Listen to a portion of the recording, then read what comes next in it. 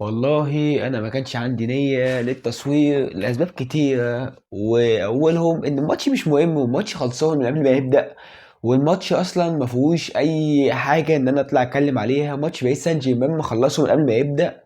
بس قررت اني اصور بعد 2-0 لتوتنهام. جون فان ديفين اللي معايا في الفانسي وجون روميرو. فقلت هصور. والموسم من المعجزات كريستال بالاس ونيوكاسل وتوتنهام ومانشستر يونايتد في نهائي اليوروبا ليج. وبعد كده توتنهام تكسب اول بطولة في تاريخها، وبعد كده توتنهام توصل للسوبر الاوروبي وتكسب باريس سان جيرمان اللي هو بطل اوروبا اللي كسبان ريال مدريد اللي واحد من احسن اندية العالم دلوقتي. فيا معلم قلت سهلة وبسيطة اطلع اتكلم. وموسم المعجزات قبل ده كله ما يتحطم على ايد باريس سان جيرمان. ماتش تخليك تتفرج عليه وانت بتنام. انا قاعد الشوط الاول لحد الجون الاول لتوتنهام. ماتش في قمة النوم. كنت بنام طول الشوط الاول لحد ما الجون دخل. يعني انت لو جاي تتفرج على الماتش في اخر 10 دقايق كده وما لحقتش بقيه الماتش كله، فما اعتقدش انك فاتك اي حاجه. والماتش كان بكل بساطه ممل قوي. عندي شويه كلام على توماس فرانك والاداء اللي عمله مع توتنهام، اذا كان اداء حلو ولا اداء وحش. شويه اخطاء، شويه مميزات حلوه قوي، وشويه حاجات وحشه قوي انا شايفها ولسه هشوفها. وهنشوفها اكتر في الفانسي وهنشوفها اكتر في الدوري الانجليزي. وعندي شويه كلام على الفانسي، وعندي كلام اكتر عن باريس سان جيرمان وقد ايه باريس سان جيرمان من بطل اوروبا اللي محدش عارف يكسبه واللي كسبان ريال مدريد متعثر تعثير تام وبحت قدام توتنهام اللي هو مش مخلص من التوب 10 في الدوري الانجليزي. سلام مش انا مجد دي ومنتدى، ودي حلقه باريس سان جيرمان وتوتنهام في السوبر الاوروبي بعد فوز باريس سان جيرمان. بلانتيات، يلا بينا نخش في الحلقه. انا جاي لك بتشيرت ارسنال عشان ما عنديش حاجه لتوتنهام، وقلت اي حاجه هنا من ريحه الحبايب، اي حاجه من لندن. وجايب الفرخه مستعارها من مستر حمزه بس هنحطها معانا هنا. يعني كنايه عن توتنهام، يعني رعايه لمشاعر جمهور توتنهام. ليه كده معانا؟ اول حاجه انا شفتها حلوه قوي من توتنهام هي الهاي بريس، وان هم ضاغطين على باريس سان جيرمان، مش هايبين موقف باريس سان جيرمان. باريس سان جيرمان ان هم عادي يا معلم لسه كاسبين ريال مدريد من حاجات بسيطه. ريال مدريد عشان عندي لعبه فريال مدريد عادي. انا بقول ريال مدريد عادي عشان الكومنت اللي في الفيديو اللي فات. انك تدخل هايب الموقف قدام باريس سان جيرمان اللي هي كسبانه دوري ابطال اوروبا ومنيمه فرق اوروبا كلها من المغرب، من اكبرها لاصغرها، من اكبر فرق في اوروبا زي ريال مدريد لاصغر فرقه مثلا في دوري ابطال اوروبا، وكسبان دوري ابطال اوروبا بالطول والعرض، واحسن فرقه في العالم، وكسبانه الثلاثيه في الدوري بتاعها. فاعتقد يا معلم والله انك تدخل هايب الموقف فدي مش حاجه تعيبك. بس انك تدخل عامل هاي بريس على باريس سان جيرمان في نص ملعبه ما بتعرفش تخرجهم بالكوره. عامل هاي بريس حلو قوي، شوط اول حلو قوي من توتنهام. شوط اول ما بيعرفوش يطلعوا بالكوره من تحت. انت اخطر، انت بتروح على الجون، انت بتخلص فرص. وده كله يترجم انك خلصت الشوط الاول وانت كسبان 1-0. هي كوره لطشه مره واثنين وثلاثه، بس انت برضه رحت على الجون مره واثنين وثلاثه وضيعت واحده واثنين وثلاثه وكنت اقرب انك تجيب جون. على عكس باريس سان جيرمان اللي عنده مشكله قوي في قلب الدفاع. عنده مشكله قوي في ماركينيوس اللي بقى بطيء. ماركينيوس اللي انا شايفه او انا بتفرج عليه من ايام يا معلم ما انا بدات اتفرج على كوره. هو موجود في روما وبعد كده موجود في باريس سان جيرمان لحد ما بقى كابتن باريس سان جيرمان. فانا شايف انه ماركينيوس خلاص خلص. ماركينيوس بقى بطيء شويتين ثلاثه على انه يواكب العصر ويواكب الدفاع والهجوم اللي بيضغط عليهم. عارف ان ماركينيوس هو العامل الخبره في الاربعه قلوب الدفاع اللي موجودين زي باتشو وزي حكيمي وزي نونو مينديز. بس هو برضه نقطه ضعف في الحلقه الدفاعيه ان هو ما بيطلعش بالكوره باحسن شكل. ما بيعرفش يجري، واي حد بيعدي من وراه هو خلاص بقى مفرط على الجون، وهو لا الجون يصدها ولا تخش جون او تطلع بره. ففريق بحجم باريس سان جيرمان بطل اوروبا، هو لسه واخد دوري ابطال اوروبا، بينافس على بطولات كتيره، بينافس على بطولات كبيره. ده مش باريس سان جيرمان من 4 5 سنين، لا ده باريس سان جيرمان جديد بيبني فريق. فاعتقد انك لازم تبني فريق وتخش الموسم بقلب دفاع جديد غير ماركينيوس. عايز تخلي ماركينيوس يبقى لعيب دف، يبقى لعيب كابتن، يبقى لعيب حماسي، يبقى لعيب خبره، يبقى لعيب اوضه اللبس هو الحاكم بتاعها وهو الكابتن بتاع الفريق واللعيبه بتحبه. يبقى قاعد دكه، يبقى في واحد اساسي، لعيب كبير اساسي زي زباني اللي انت جايبه. نبدا نشوف بقى بديل لماركينيوس ونشوف ماركينيوس ازاي هيقعد دكه ولا تاني هيلعب مكانه. نقطه تانيه لباريس سان جيرمان هو حكيمي لو مش في مستواه او يا معلم عامل داون جريد. هو مش لوحده عامل داون جريد، هو الجبهه دي كلها عامله داون جريد. الجبهه دي كلها نازله لتحت. الجبهه دي كلها او باريس سان جيرمان في المجمل بتفقد قوه كبيره قوي في الحاله الهجوميه. حكيمي كان سيء قوي في الماتش، واحد من اسوأ ماتشات حكيمي اللي انا شفتها في تاريخه، اذا كان مع ريال ولا مع دورتموند. انت باريس سان جيرمان اي فرقه لعب فيها حكيمي ده اسوأ ماتش انا شفته لحكيمي.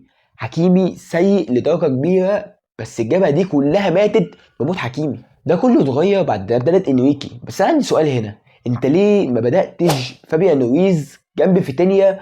عارف ان جواو نيفيز هو غايب ومش موجود، وعامل كبير قوي انك انت مش ماسك نص الملعب، ان جواو نيفيز مش موجود. فيتينيا اللي بيحرك لك الملعب، فيتينيا اللي فعلا محتاج جواو نيفيز جنبه. هما ثنائيه جامده قوي، وثنائيه الاثنين ما ينفعوش يغيروا عن بعض. فلعيب زي جواو نيفيز اثر تماما بالسلب على لعيب زي فيتينيا. بس فالتبديلات اللي كانت صح، التبديلات اللي كانت في وقتها، التبديلات اللي كانت حلوه، التبديلات اللي غيرت الماتش، ده يثبت قد ايه انت عندك ديف، قد ايه انت عندك لعيبه قاعده على الدكه ممكن تنزل تغير لك الماتش في اي وقت. مش محتاج انك انت تعمل صفقات كبيره، مش محتاج امبابي ينزل من على الدكه يغير لك الماتش، ومش محتاج اسامي تغير لك الماتش. انت نزلت جونزالو راموس جاب لك جون، نزلت عيل اسمه كين مين لي نزل جاب لك جون. فالاسماء الكبيره اللي انت اتخلصت منها اعتقد انك بدلتها باسماء فعلا كانت لعيبه حلوه تخاف بعد كده على النادي، ولعيبه عايز تعمل حاجه، مش لعيبه هي جايه نجوم اصلا. الناحيه التانيه هو توماس فرانك اللي اعتقد لسه بيجرب، واعتقد ما حدش هيحاسبه، لان برضه ده توتنهام وهو في السوبر الاوروبي، البطوله اللي اعتقدش خالص ان هم كانوا يحلموا ان هم يروحوا لها. بس في شويه حاجات كده حابب استفسر عنها واسالها. اول سؤال، انت وانت كسبان 2-0 في ظل ما انت خلاص انت خلاص ماسك الماتش بالطول والعرض، واعتقد انك مسيطر اكتر بكتير من واحد زي انريكي مثلا على الماتش، لانك انت كسبان 2-0، ماتش اخر 10 دقايق، ماتش هو بيخلص. فاعتقد انك انت عندك طمأنينة اكتر بكتير من انريكي. فتطلع واحد زي قدوس وما تنزلش مدافع، لا انت بتنزل ماتياس تيل. ماتياس تيل ما شفتش في غباء كده. ماتياس تيل اول ما نزل خد انذار، عمل فاول خطير قوي على منطقه ال 18، يعني هو حرفيا على خط ال 18.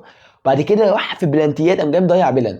ماتياس تيل انا ما كنتش مقتنع بيه من ايام بايرن، وماتياس تيل قلت لكم في حلقه الفانسي قد ايه انا شايف ان ماتياس تيل مش بديل خالص لسولانكي. هقول لك مين بديل سولانكي بس قدام شويه. تبديلات هي كانت غلط، تبديلات ما كانتش في وقتها، تبديلات انت مش عارف تبدل مين مكان مين. انت ما عندكش ديف، انت ما صرفتش كتير، انت ما جبتش حد كتير، بدات الماتش بكل اللعيبه الحلوه اللي عندك، لانك انت ما عندكش حد بره. اللعيبه اللي كنت ممكن تنزلها زي سبينس مثلا انت بتلعب بيه اساسي لان مفيش اودوجي. بتلعب بال 11 الاساسيين، اكتر واحد او احسن واحد موجود عندك على الدكه هو سولانكي. وسولانكي حتى لما نزل ما عملش اي اضافه، ده بالعكس ده كان اسوأ من ريتشارلسون اللي هو اساسي، وما كناش متوقعين خالص ان ريتشارلسون يعمل الاداء ده خالص. ففي الاخر انت لعبت ماتش حلو، واديت فرص حلوه، وضيعت فرص اخطر بكتير. بس برضه المعجزه مش هتحصل وانت يا معلم بتدافع من الدقيقه 50 ولا الدقيقه 60. باريس سان جيرمان من الشوط الثاني وهي عامله هاي بريس، وهي بتلعب ضغط او دفاع متقدم بشتى الطرق، لان هي عارفه ان انت مش هتضغط.